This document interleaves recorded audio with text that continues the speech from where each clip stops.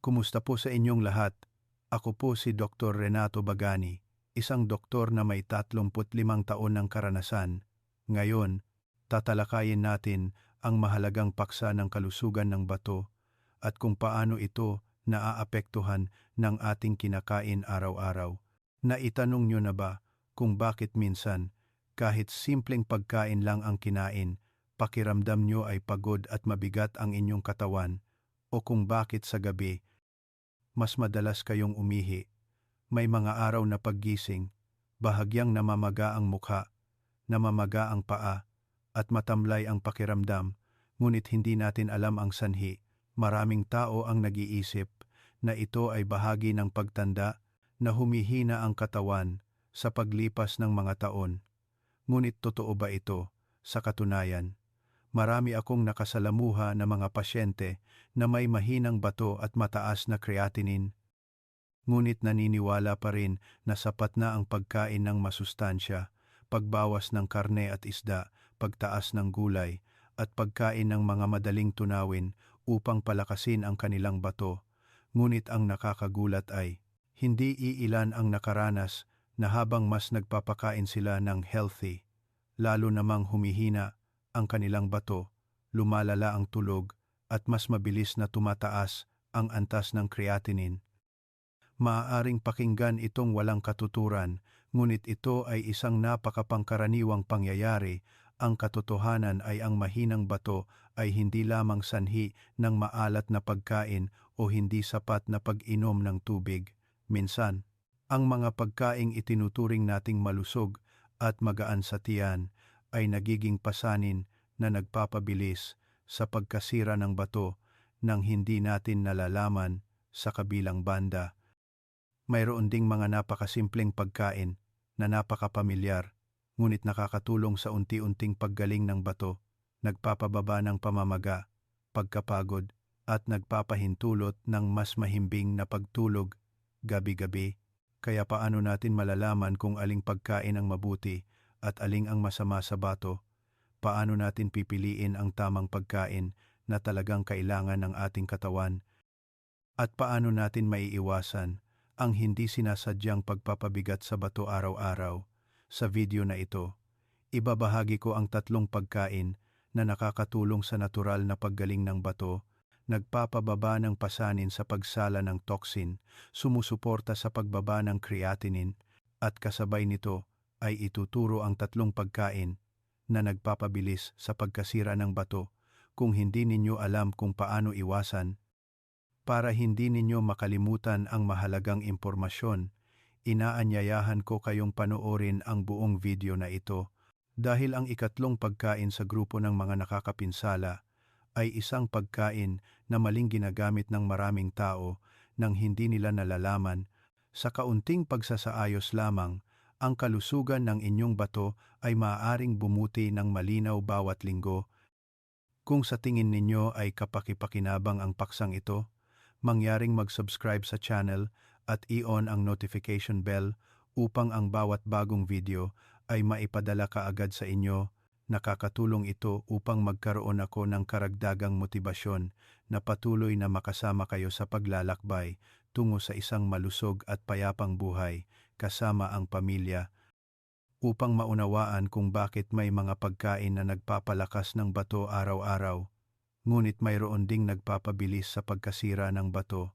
Kailangan nating balikan ang isang napakahalagang bagay, kung paano gumagana ang bato kapag humina ito. Dahil kapag malusog pa ang bato, anuman ang inyong kinakain o iniinom, kayang i-regulate at balansehin ito ng katawan. Ngunit sa sandaling magsimulang humina ang bato, bawat bagay na inilalagay natin sa katawan, mula sa isang piraso ng pagkain hanggang sa isang mangkok ng sabaw, ay nagiging pasanin na kailangang kalkulahin ng bato. Isipin ninyo ang bato tulad ng isang water filter sa inyong bahay. Kapag bago pa ang makina, kaya nitong salain ang anumang dumi sa tubig. Ngunit kapag luma na ang filter at humina ang suction power, kaunting dumi lang sa tubig ay hirap na ang makina sa paggana, at maaari pa itong masira ng mas mabilis. Ganoon din ang ating bato. Kapag mahina ang bato, Hindi nakayanan ng katawan ang mabilis na pagproseso ng asin, taba, potassium, phosphorus, at maging ang pinakamaliit na dumi sa pagkain. Ito ang dahilan kung bakit maraming pasyente ang kumakain ng isang ordinaryong pagkain, ngunit nakakaramdam ng pagbigat, pamamaga ng paa, madalas na pag-ihi sa gabi, mabilis na tibok ng puso o palpitations, at kinabukasan ay nakakaramdam ng matagal na pagkapagod. Hindi masama ang pagkain na iyon.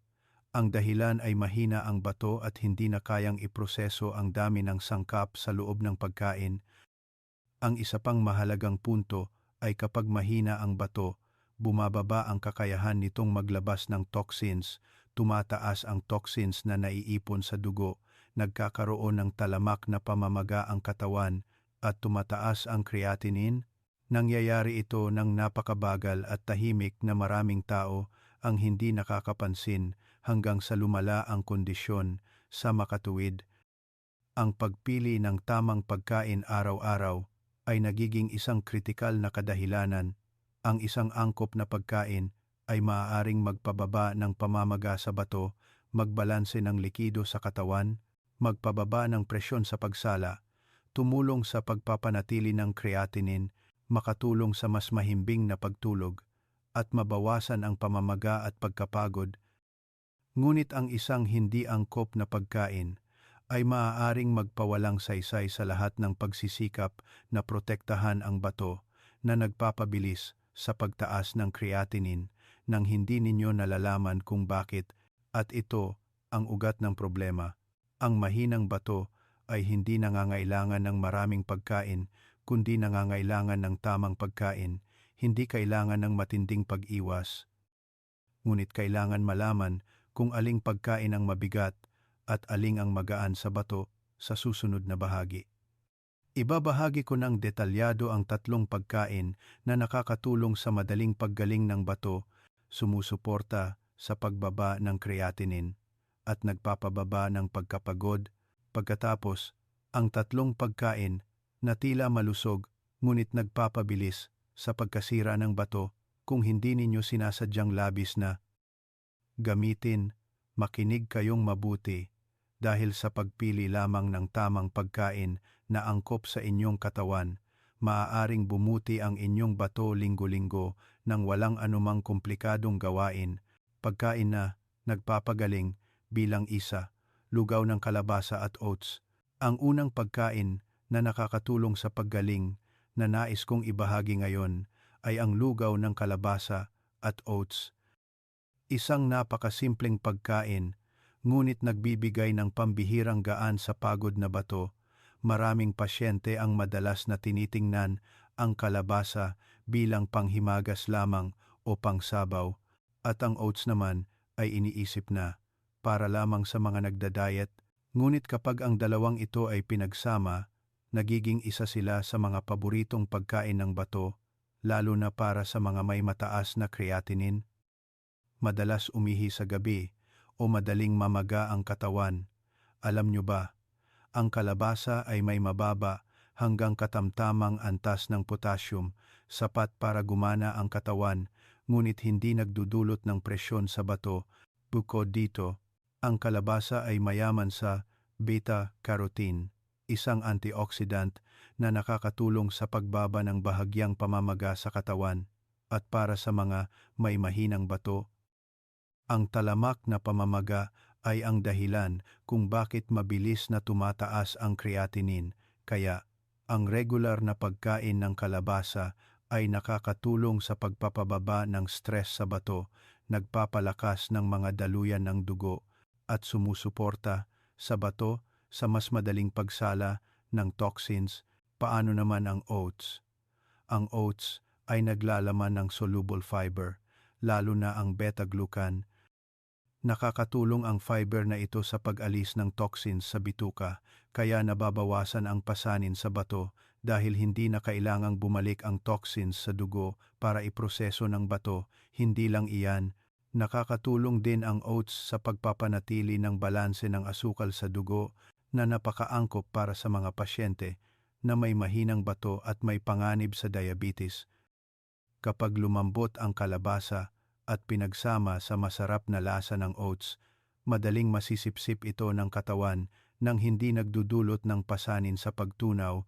Maraming matatandang pasyente ko ang nagsasabi na sa pagkain lang ng pagkain ito sa almusal, 2 hanggang 3 beses sa isang linggo, pakiramdam nila ay gumaan ang kanilang katawan, nabawasan ang pamamaga ng paa, at mas mahimbing silang natutulog sa gabi dahil hindi na sila madalas bumabangon upang umihi.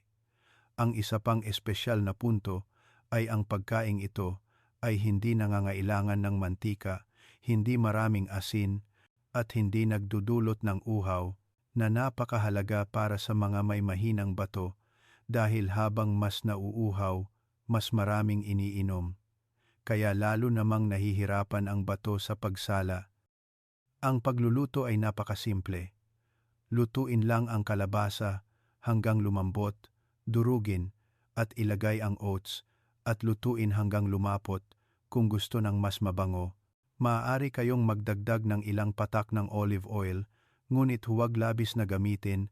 Ang pagkain nito sa umaga ang pinakaangkop dahil nakakatulong ito sa pagpapasimula ng katawan ng magaan nang hindi nagdudulot ng pagkabundat. Ang pagkaing ito, bagaman simple, ay isang malambot na panangga para sa bato dahil nagbibigay ito ng enerhiya at nakakatulong sa malumanay na paglilinis ng katawan. Isang pagkain na hindi mahal, hindi komplikado, ngunit nakakatulong sa pagpapalakas ng katawan araw-araw. Subukan ninyo, minsan ang kagandahan ay nanggagaling sa pinakasimpleng bagay. Bago ako lumipat sa pagkain na nakakatulong sa paggaling bilang 2, nais kong magtanong ng kaunti upang makita kung gaano kayo kasama ko. Sino sa inyo ang nanonood ang nakakain na ng lugaw ng kalabasa o oats? Kung nakakain na kayo ng isa sa 2 pagkaing ito, mangyaring magkomento ng numero 1 sa ibaba. Ang isang numero lamang ay makakatulong sa akin na malaman na kayo ay mahigpit na nakasubaybay at talagang interesado sa inyong kalusugan, pagkain na nagpapagaling. Bilang 2, steamed salmon na may luya at luyang dilaw, turmeric. Ang pangalawang pagkain na nakakatulong sa paggaling na nais kong ipakilala ay ang steamed salmon na may luya at luyang dilaw, isang magaan, sariwa, madaling tunawin, at lalo na angkop para sa mga taong may mahinang bato, mataas na creatinine, o madalas na namamaga at pagod pagkatapos kumain. Maaaring magtanong kayo, bakit salmon? Hindi ba't maraming protina ang isda?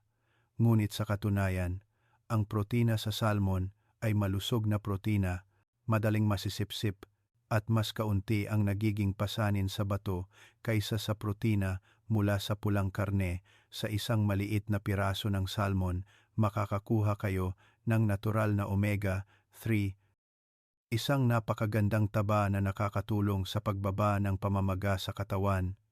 At tulad ng narinig niyo sa akin, ang talamak na pamamaga ang dahilan kung bakit mabilis na humihina ang bato. Ang omega-3 ay parang isang manipis na layer ng langis na nagpapabigat sa circulatory system, nagpapalambot sa mga daluyan ng dugo, nagpapaganda ng daloy ng dugo, kaya sumusuporta sa bato sa mas epektibong pagsala ng dugo.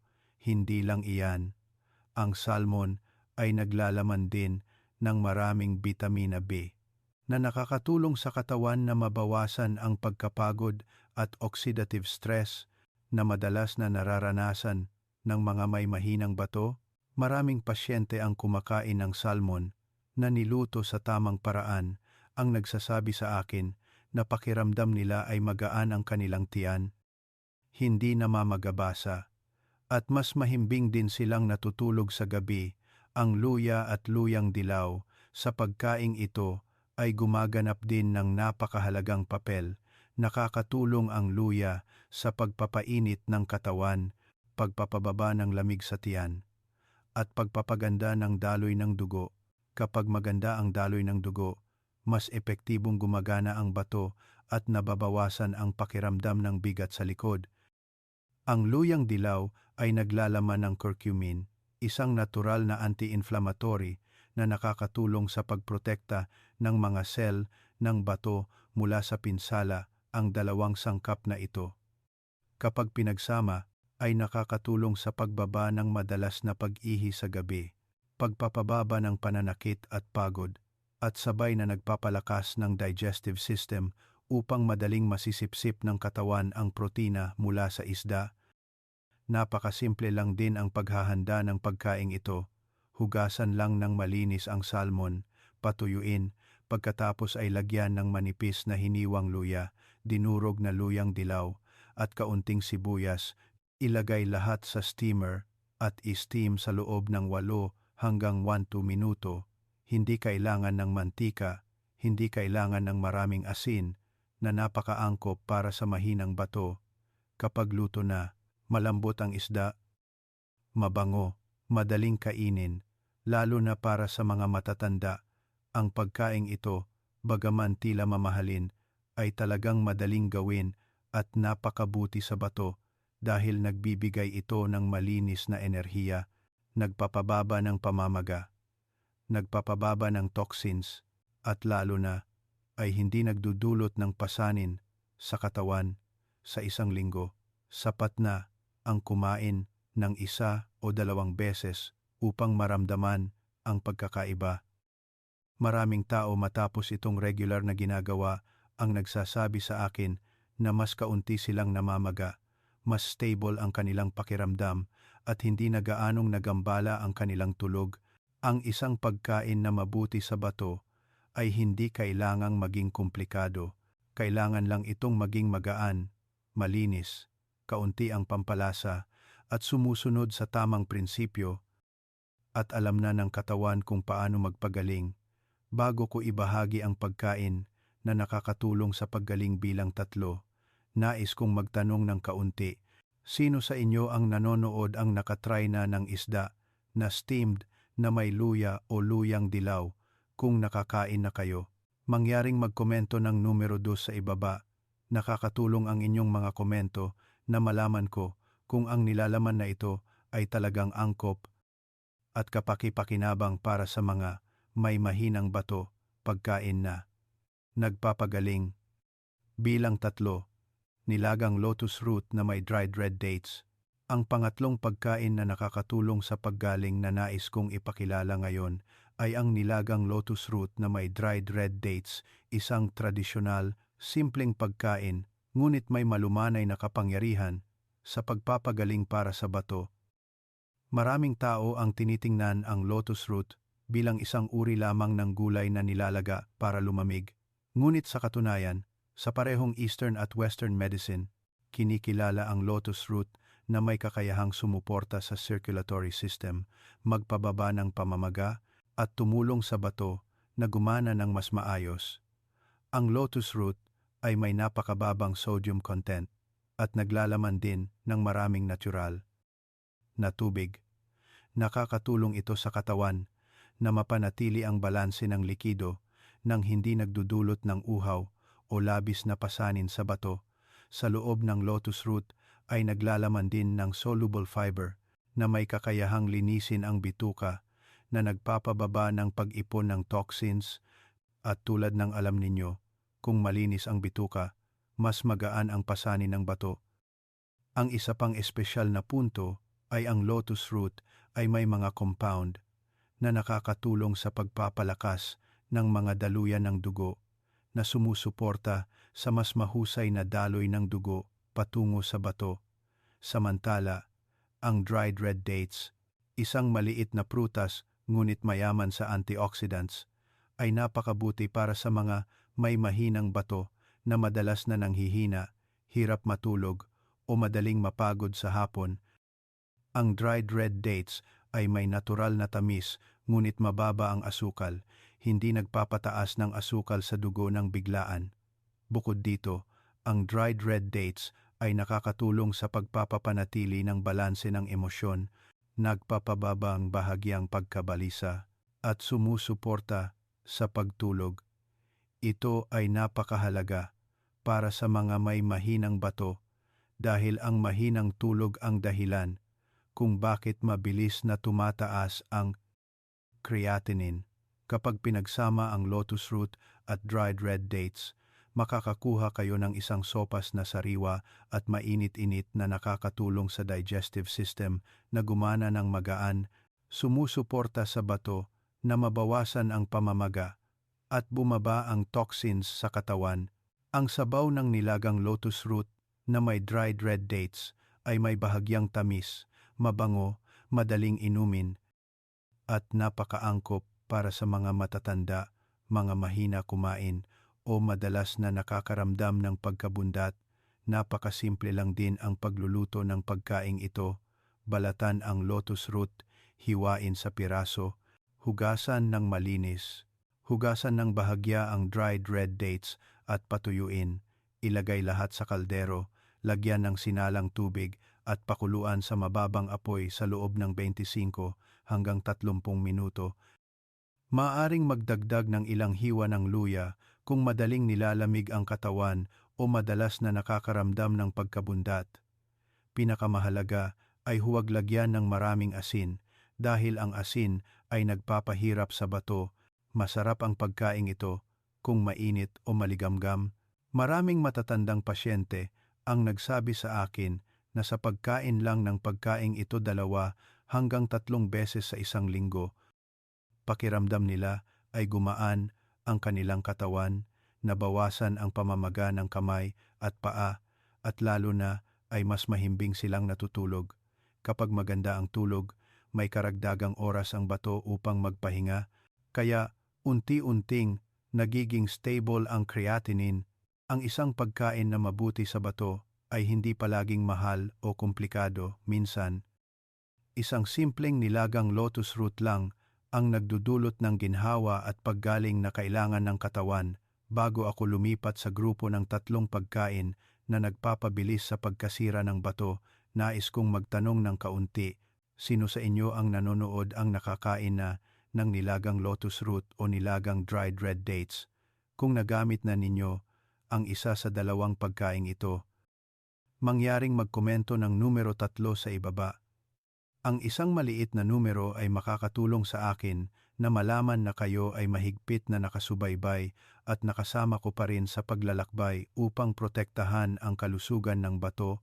Ang 3 pagkain na ibinahagi ko ay napakamagaan, nakakatulong sa bato na huminga ng mas madali araw-araw. Kung regular ninyo itong gagawin, mararamdaman ng katawan ang malinaw na pagbabago, mas mahimbing na tulog, mas kaunti ang pag-ihi sa gabi, nabawasan ang pamamaga ng paa, at mas magaan ang pakiramdam. Ngunit hindi sapat ang pagkain ng tama, dahil kung sa pang-araw-araw na pagkain ay hindi ninyo sinasadyang gumamit ng mga pagkain na lalo na nakakapinsala sa bato, ang lahat ng pagsisikap sa pagpapagaling ay mababawasan ng husto.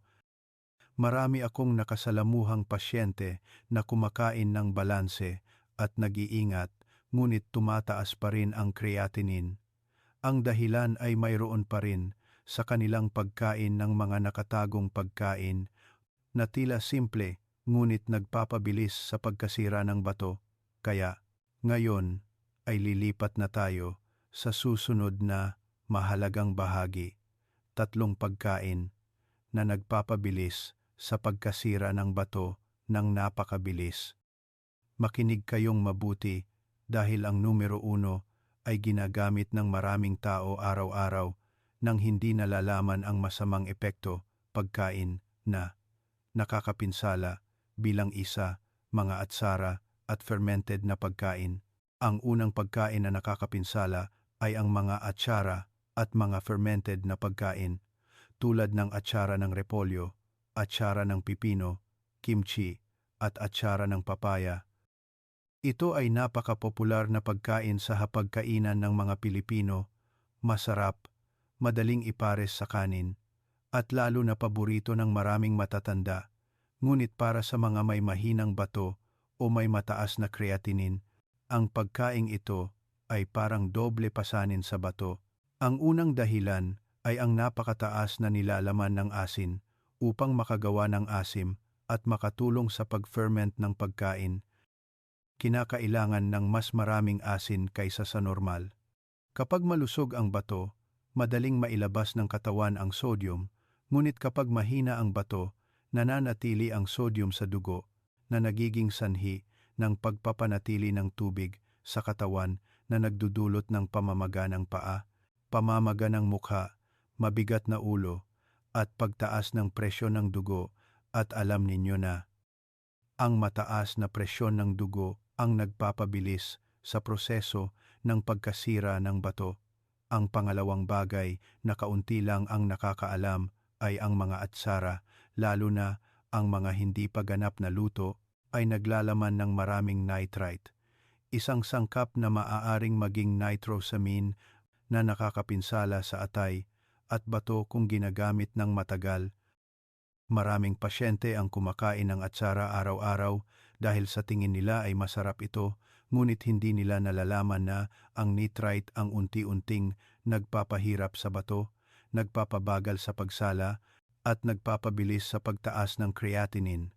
Bukod dito, sa proseso ng fermentation, tumataas ang potassium content sa atsara para sa mga may mahinang bato.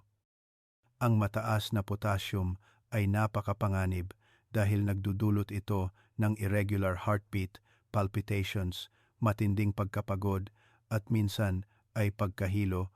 Maraming pasyente na may problema sa bato ang nagsabi na sa pagkain lang ng isang mangkok ng atsara sa gabing iyon ay mas madalas silang umihi, mas mabigat ang pakiramdam, hindi makatulog ng maayos, at pagod. Ito ang senyales na labis na nagtatrabaho ang bato. Hindi pa diyan nagtatapos. Ang mga atsara ay nagpapataas din ng acid level sa katawan. Kapag naging acidic ang katawan, mas kailangan magtrabaho ng bato upang balansehin ang internal environment. Ang sinumang regular na kumakain ng atsara ay madaling nakakaramdam ng matagal na pananakit ng likod, pagod sa hapon o patuloy na nauuhaw. Ang mga sintomas na ito ay senyales ng kawalan ng balanse na pinipilit ng bato na ayusin. May isang pasyente ako, 62 taong gulang, na araw-araw kumakain ng isang mangkok ng atsara dahil sa nakasanayan. Nang tumaas ang creatinine, hindi siya naniniwala na ang sanhi ay nagmula sa napakapamilyar na atsara na iyon. Pagkatapos lamang mag-iwas sa loob ng 6 na linggo at palitan ng nilagang gulay at malabnaw na sabaw, bumaba ang antas ng creatinine, bumuti ang tulog, at unti-unting nawala ang pamamaga ng paa.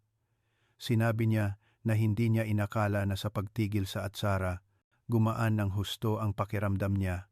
Ipinapakita nito na minsan, hindi kailangan ng bato na gumawa tayo ng malaking bagay. Sa pagtigil lamang sa isang nakakapinsalang pagkain, malaki na ang pagpapahinga ng bato.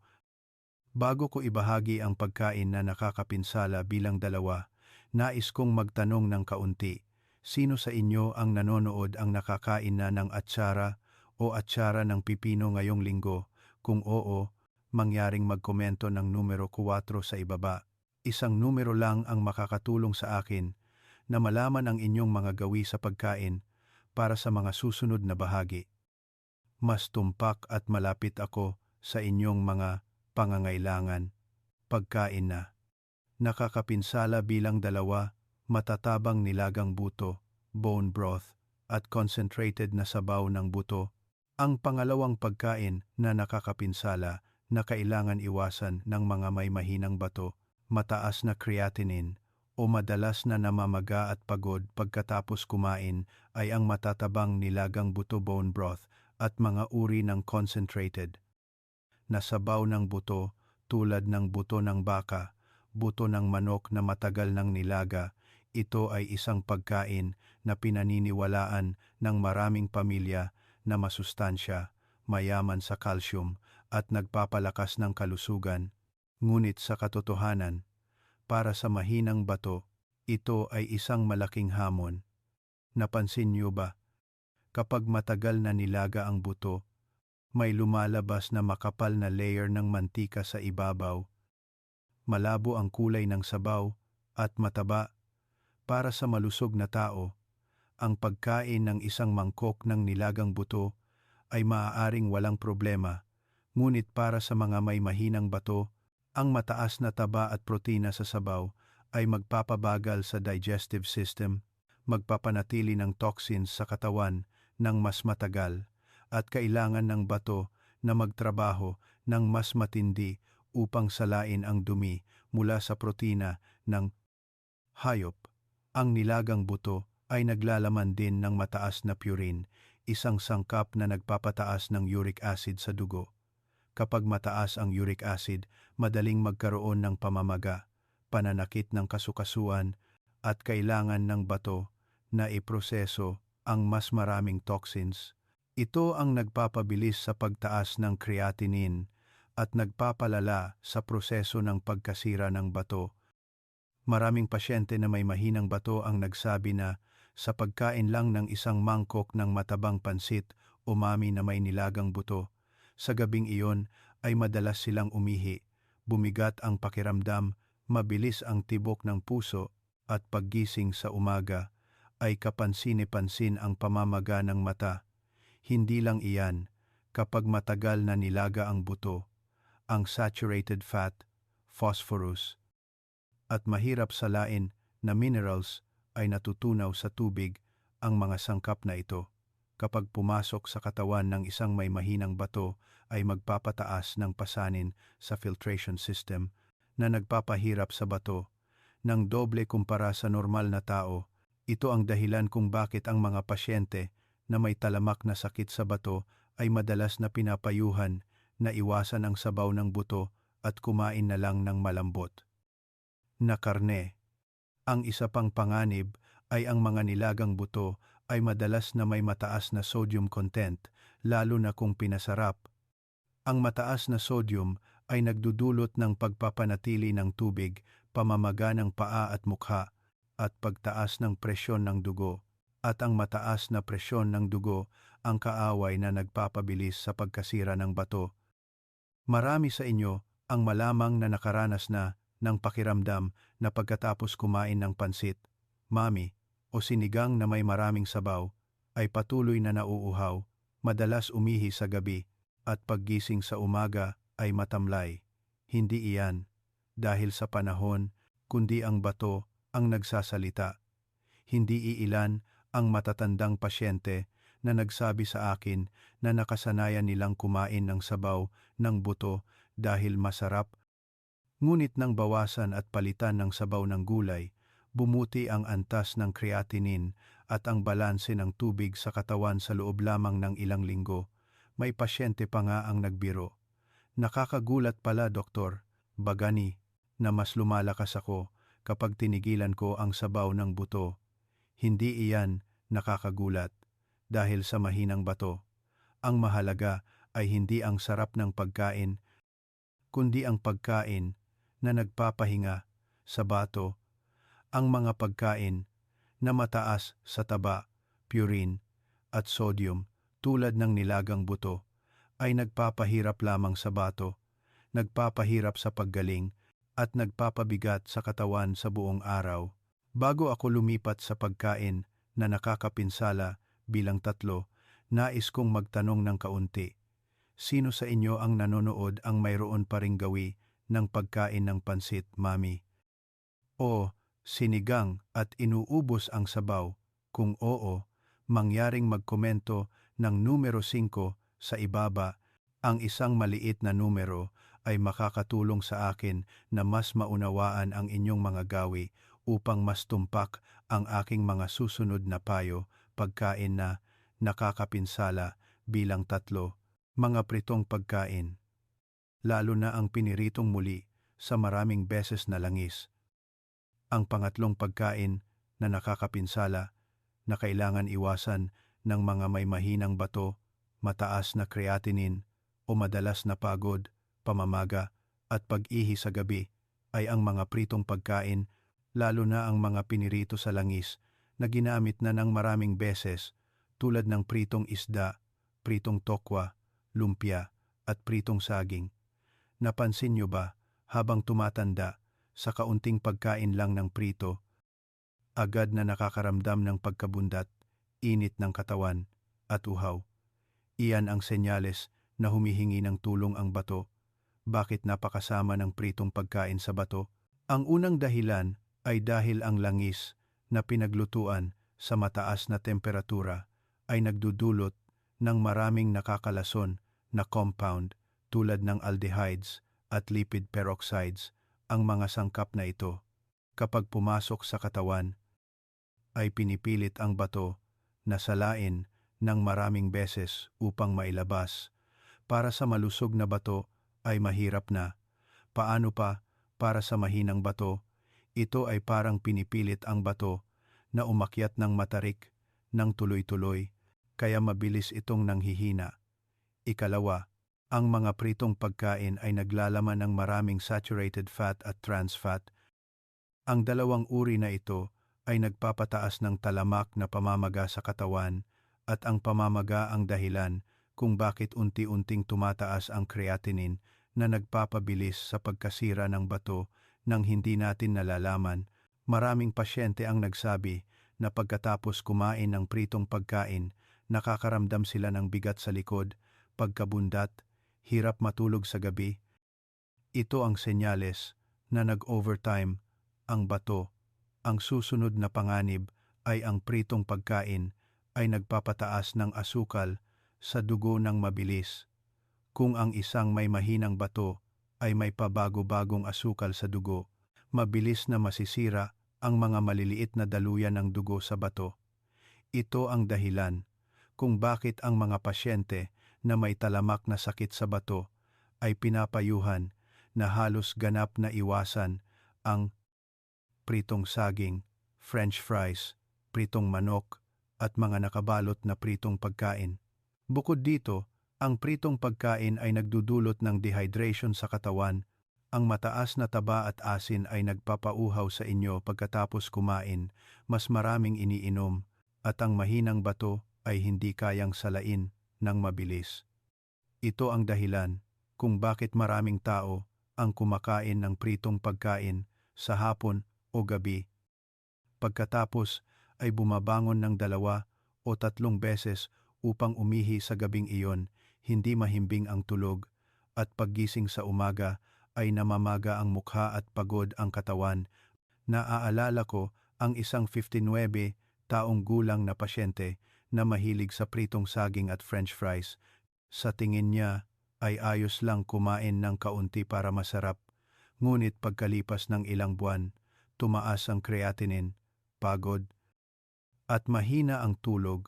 Nang ganap niyang itinigil ang pritong pagkain sa loob ng 4 na linggo at pinalitan ng steamed, nilaga o nilagang isda, bumalik siya para sa follow-up at sinabi na mas mahimbing na ang kanyang tulog, nabawasan ng husto ang pag-ihi sa gabi, at kapansin-pansin na gumaan ang kanyang pakiramdam.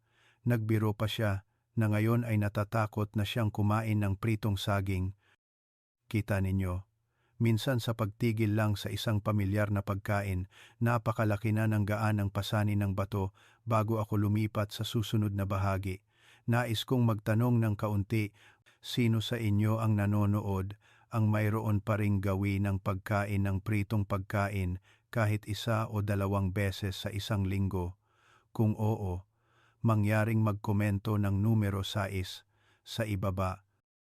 Ang isang numero lamang ay makakatulong sa akin na maunawaan ang inyong mga gawi upang mas tumpak ang aking mga susunod na payo. Bago ko ibahagi ang mahalagang payo para sa mga may mahinang bato, nais kong ikuwento sa inyo ang isang istorya na sa tuwing naaalala ko, nagpapasalamat pa rin ako dahil napapanahon ang pagbabago ng pasyente na iyon. Hindi ito isang napakalaking istorya, ngunit malinaw nitong ipinapakita na minsan, isang maliit na pagbabago lang sa pagkain ay maaaring magligtas ng kalusugan ng isang tao. Ang karakter na nais kong banggitin ay si Mang Pedro, 64 taong gulang.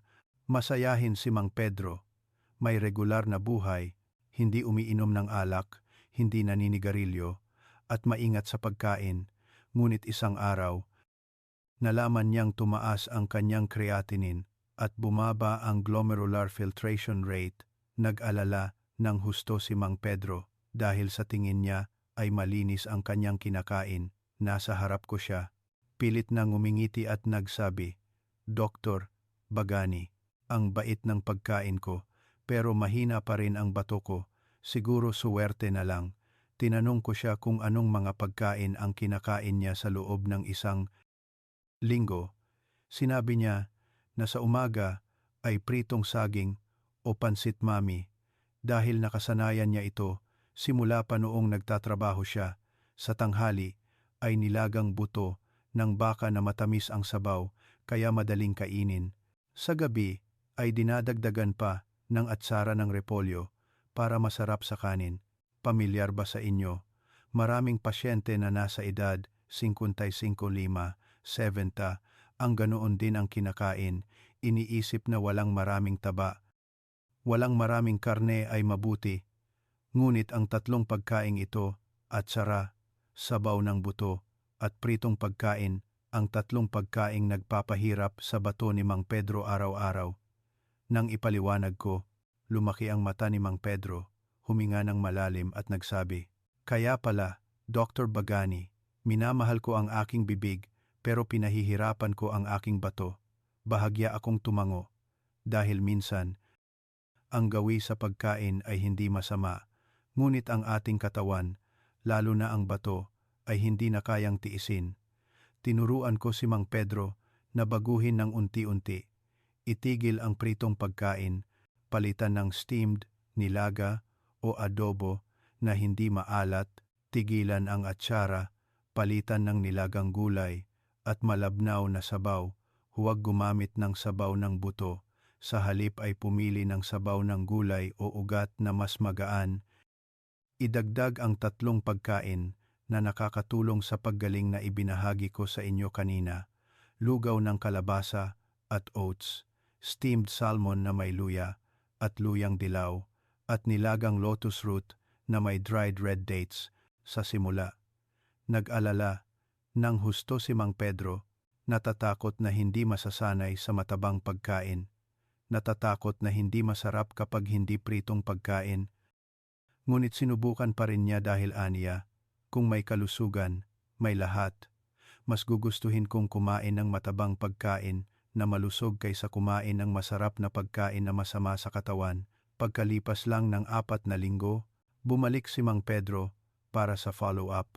Pagpasok pa lang sa silid, nakangiti na siya na parang bumata ng ilang taon. Sabi niya, "Dr. Bagani, ang himbing ng tulog ko ngayon, 1 beses lang ako bumangon para umihi sa gabi. At paggising sa umaga ay hindi na namamaga ang mukha ko. Gumaan din ang pakiramdam ko, hindi na pagod tulad ng dati." Ipinapakita ng resulta ng laboratorio na bahagyang bumaba ang creatinine ni Mang Pedro, bumaba ang mga inflammatory markers, at mas stable din ang dami ng tubig na naiiwan sa katawan. Pagkatapos marinig ito, huminga ng maluwag si Mang Pedro, namumula ang kanyang mga mata sa emosyon. Nagsabi siya ng isang bagay na sa tingin ko ay marami ang makakaramdam na totoo sa kanila. Kaya pala, sa pagtigil lang ng ilang pagkain at pagdagdag ng ilang pagkain, ang bato ko ay nagpapasalamat agad. At totoo nga, mga pasyente, hindi naman humihingi ng malaking bagay ang bato. Gusto lang nitong mabawasan ang pasanin at huwag nating lagyan ng napakaraming toxins sa isang araw. Subukan nyo lang isipin, ang atsara ay nagdudulot ng mataas na asin, mataas na nitrite, ang sabaw ng buto ay naglalaman ng taba, purine at phosphorus na nagpapahirap sa bato. Ang pritong pagkain ay naglalaman ng oxidized oil na nagdudulot ng talamak na pamamaga sa katawan. Ang tatlong pagkaing ito, kapag pinagsama, ay parang tatlong mabibigat na ladrilyo na nakapatong sa bato araw-araw. Samantala, ang mga pagkain tulad ng lugaw ng kalabasa, steamed salmon na may luya at luyang dilaw o nilagang lotus root ay magaan tulad ng simoy ng hangin na nagpapahinga sa bato at nagpapagaling ng unti-unti. Ang nais kong sabihin sa inyo ay hindi kailangan na iwasan natin ang lahat, hindi kailangan na kumain tayo ng hirap, kailangan lang na piliin ang tamang pagkain, sa tamang oras, at angkop sa ating katawan. Ang ating bato ay napakatalino, nagpapasalamat ito sa atin sa sandaling maging magaan ang ating pakikitungo dito. Kaya kung mahina ang inyong bato, pagod, o hirap matulog dahil sa madalas na pag-ihi sa gabi, tandaan na nagsisimula ang kalusugan sa pang-araw-araw na pagkain.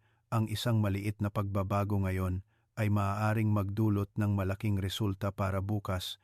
Ang bato ay naglingkod sa atin sa loob ng ilang dekada nang walang reklamo. Kaya mula ngayon, pakitunguhan natin ito ng mas mabait, hindi ba? Sa pagtatapos ng video na ito, naniniwala ako na bawat isa sa inyo ay mas naintindihan ang isang napakahalagang bagay. Ang kalusugan ng bato ay hindi nagmumula sa mamahaling bagay at hindi rin nagmumula sa mga komplikadong pamamaraan, kundi nagmumula sa maliliit na pagpipilian sa pang-araw-araw na pagkain, sa pagpapalit lamang ng isang nakakapinsalang pagkain ng isang malusog na pagkain, pagbabawas ng mabibigat na pampalasa, pagdaragdag ng isang magaan na sabaw, isang sariwang steamed na pagkain. Mas malaki na ang pagpapahinga ng ating bato. Minsan, hindi nyo kailangan na gumawa ng malaking pagsisikap ang katawan ng matatanda, lalo na ang bato ay gusto lang pakitunguhan ng mas magaan. Subukan nyo lang pansinin, hindi ba't sa pagkain lang ng tamang pagkain, sa pagtulog sa tamang oras, agad na sumasagot ang inyong katawan sa pamamagitan ng mas mahimbing na tulog, isang mas gising na umaga, at isang hindi maipaliwanag na gaan ng pakiramdam. Ito ang senyales na unti-unting gumagaling ang bato. Narito tayo. Nakaraan na ang ilang dekada ng buhay, ang bato ay kasama at nagpasan ng maraming toxins, maraming pagod para sa katawan ng walang reklamo. Kaya mula ngayon, hayaan nating mas makapagpahinga ang bato. Huwag hayaan ang mga pagkain na tila inosente na magpabilis sa pagkasira ng bato, at hayaan ang mga magagaang pagkain tulad ng tatlong ibinahagi ko na maging kasama ninyo sa paglalakbay tungo sa malusog na buhay. Kung ang video na ito ay nagbigay sa inyo ng karagdagang pananaw, bagong kaalaman, o nakatulong sa inyo na malaman kung bakit kayo pagod, kung bakit tumataas ang creatinine, mangyaring mag-subscribe sa channel at i-on ang notification bell.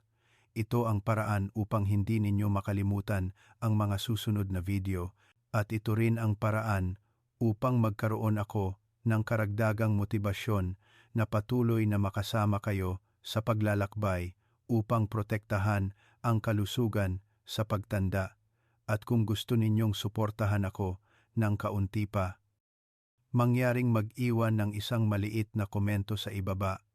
Isang numero lang ang sapat upang malaman ko na nakikinig pa rin kayo at gusto ninyo pa rin akong gumawa ng mas maraming kapakipakinabang na nilalaman. Naway palagi kayong maging payapa, magkaroon ng mahimbing na tulog, at lalo na, magkaroon ng malusog na bato upang samahan kayo sa mga payapang taon sa hinaharap. Paalam, at hanggang sa susunod na video.